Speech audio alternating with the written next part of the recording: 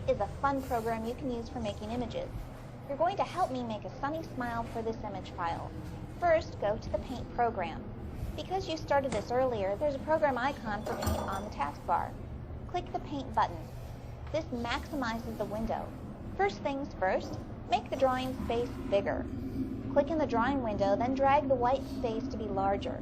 You just place the pointer over the sizing box on the lower right corner, and then when it turns into a pointer, drag it out to the vision the size of the drawing canvas.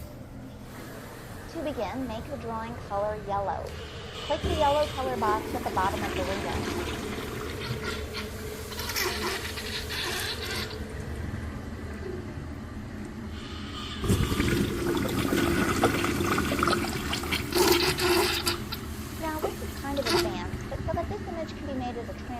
GIF, open the image menu by clicking it. Now choose the Draw Opaque command.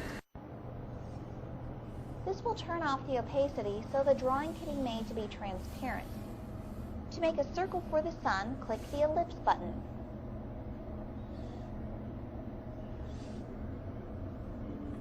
Then drag a big circle in the drawing area. To fill this with yellow, click the Fill with Color button, the paint button. Because yellow is already selected as the drawing color, just click inside the circle. Pow, it's yellow now. Red can range to white, and use a polygon around the circle. Click the polygon button. Then add a solid line of rays by setting lots of points. You just drag the mouse to do this. Be sure these lines come together, and you can fill the polygon inside. Click the Fill with Color button again. Then click inside the polygon. You may need to click a couple times if the area isn't continuously closed. Now for some personality. Change the color to black. Click the ellipse button and draw in a couple circles for eyes and one for a nose. Then change to the Fill with Color button again and click inside each one so it's a solid black. And finally, add a great big smile. Click the Curve button and drag the mouse to make a smile curve. To make the curve, click on the right side of the face where the end of the mouth is. Then drag a straight line to the left where the mouth is turned. Then place the pointer in the center of the line and drag down. There, it looks like a big smile.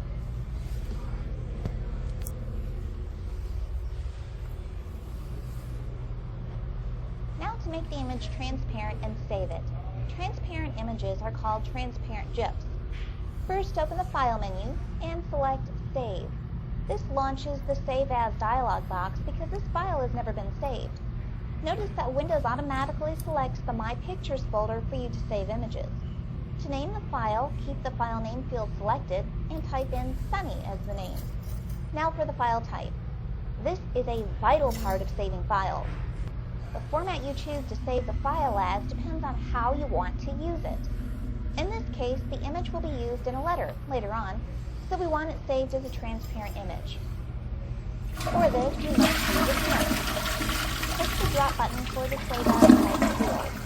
Then use the Graphics Interchange Format GIF and choose Save.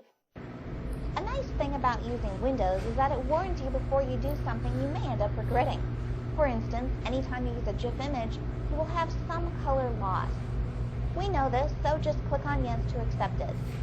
Now close the Paint window using the Close button. You've just created your second file. Good work.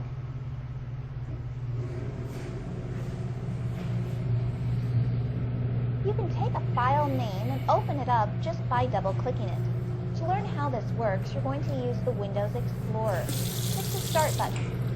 Then go to All Programs. Place the pointer over Accessories, and then click on Windows Explorer. The Windows Explorer is a great place to go for file management because it shows you all the parts of your computer system and hides most of the system files that the everyday user shouldn't be playing around with. On the left side of the window, you can see a directory structure of your computer. This is a hierarchical list of the contents of the computer on the left. Looking at this, you can see that the My Documents folder is selected. On the right side of the window, you can see a more detailed listing of the selected folder. So in this case, you can see the contents of the My Documents folder. You can click on either side to wade your way through the files on the computer. To see the C drive, focus on the left side and click on the plus sign beside the My Computer folder. just clicked on now turns to a minus sign. Any plus sign you see on the left side indicates that there's more in that part of your computer. A minus sign indicates that you've completely expanded the list and you're seeing everything there is. To see what's on the hard drive, click the plus sign beside the C drive. Now all the folders on this computer are listed below. Some have more folders below them, which you can spot by the plus buttons to their left. Some folders are by themselves, hence they have no plus or minus sign. You can access the sample files from this course using the All Programs listing. Click the Start button to go to All Programs. Select Training A, then choose the Sample Files submenu, then the Sample Files for Windows XP. Notice the folder called Windows XP 1 Sample File. To look inside this folder, just double-click it.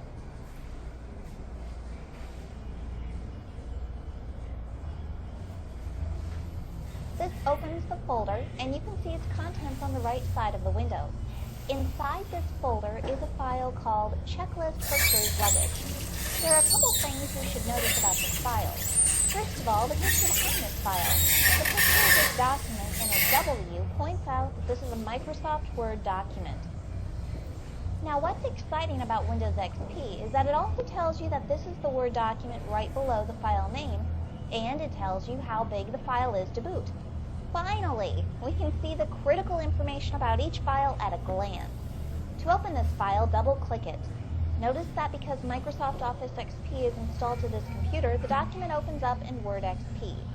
Later on, you'll print this document. For now, close the program window. Click its Close button. Good. I just wanted you to know that this document is here.